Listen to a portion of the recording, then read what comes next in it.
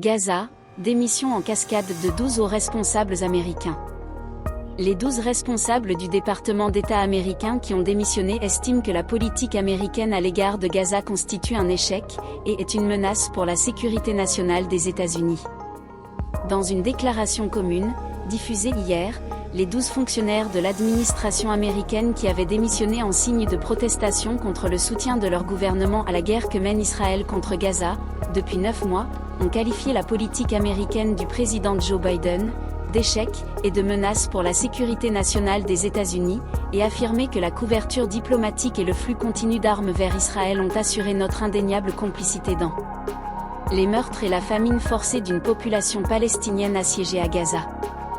Dans cette déclaration, les signataires commencent par se désigner comme experts représentant l'Interagence, qui constitue une communauté multiconfessionnelle et multiethnique de professionnels et patriotes dévoués au service des États-Unis d'Amérique, de son peuple et ses valeurs. Que ce soit dans la fonction publique, le service extérieur, les forces armées ou en tant que politique nommé, chacun de nous a prêté serment de protéger et de défendre la Constitution des États-Unis, avant de rappeler avoir démissionné en raison de nos graves inquiétudes concernant la politique actuelle des États-Unis face à la crise à Gaza, et plus largement les politiques et pratiques américaines à l'égard de la Palestine et d'Israël. Il souligne que la couverture diplomatique et le flux continu d'armes vers Israël ont assuré notre indéniable complicité dans les meurtres et la famine forcée d'une population palestinienne assiégée à Gaza. Cette politique intransigeante met en danger les États-Unis, la sécurité nationale et la vie de nos militaires et diplomates, comme cela a déjà été fait avec le meurtre de 3 militaires américains en Jordanie en janvier et les évacuations des installations diplomatiques au Moyen-Orient, et pose également un risque pour la sécurité des citoyens américains au Moyen-Orient.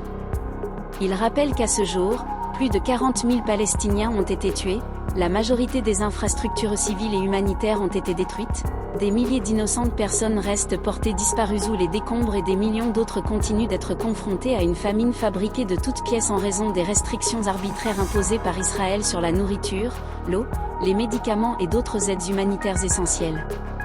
Nous notons avec davantage d'inquiétude et de tristesse que la politique américaine depuis de nombreuses années a non seulement contribué à d'immenses dégâts humanitaires, mais a échoué par rapport à sa propre intention déclarée, contribuer à la paix et à la sécurité au Moyen-Orient, et particulièrement celui d'Israël.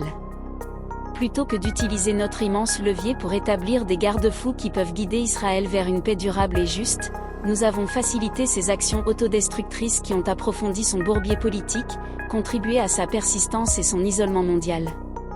S'adressant à leurs anciens collègues encore en poste, il les exhorte à utiliser leur position pour amplifier les appels pour la paix, et à tenir vos institutions respectives responsables de la violence qui se déroule en Palestine.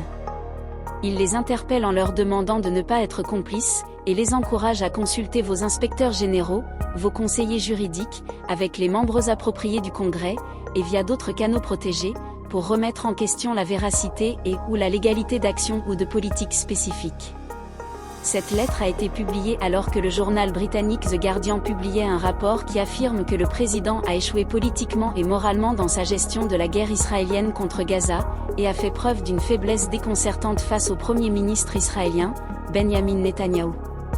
Élaboré par le Centre Agop Kevorkian pour les études sur le Proche-Orient à l'Université de New York, le rapport affirme que Biden a montré, depuis le 7 octobre dernier, un soutien absolu à Israël et à ses dirigeants, représentés par la fourniture d'armes à Tel Aviv, le blocage des résolutions de l'ONU, au Conseil de sécurité, contre la tentative de saper la légitimité de la Cour internationale de justice, CIJ, et la Cour pénale internationale, CPI, en raison de leurs critiques des actions israéliennes. Cependant, ajoute le rapport, cité par le journal britannique, Biden n'a reçu aucune gratitude de la part de Netanyahou, qui a constamment défié l'allié le plus important d'Israël. Au contraire, il a commencé à se moquer ouvertement de Biden et de son administration, et s'efforce de le faire, pour détruire la capacité de Biden à utiliser les armes américaines comme moyen de pression sur Israël.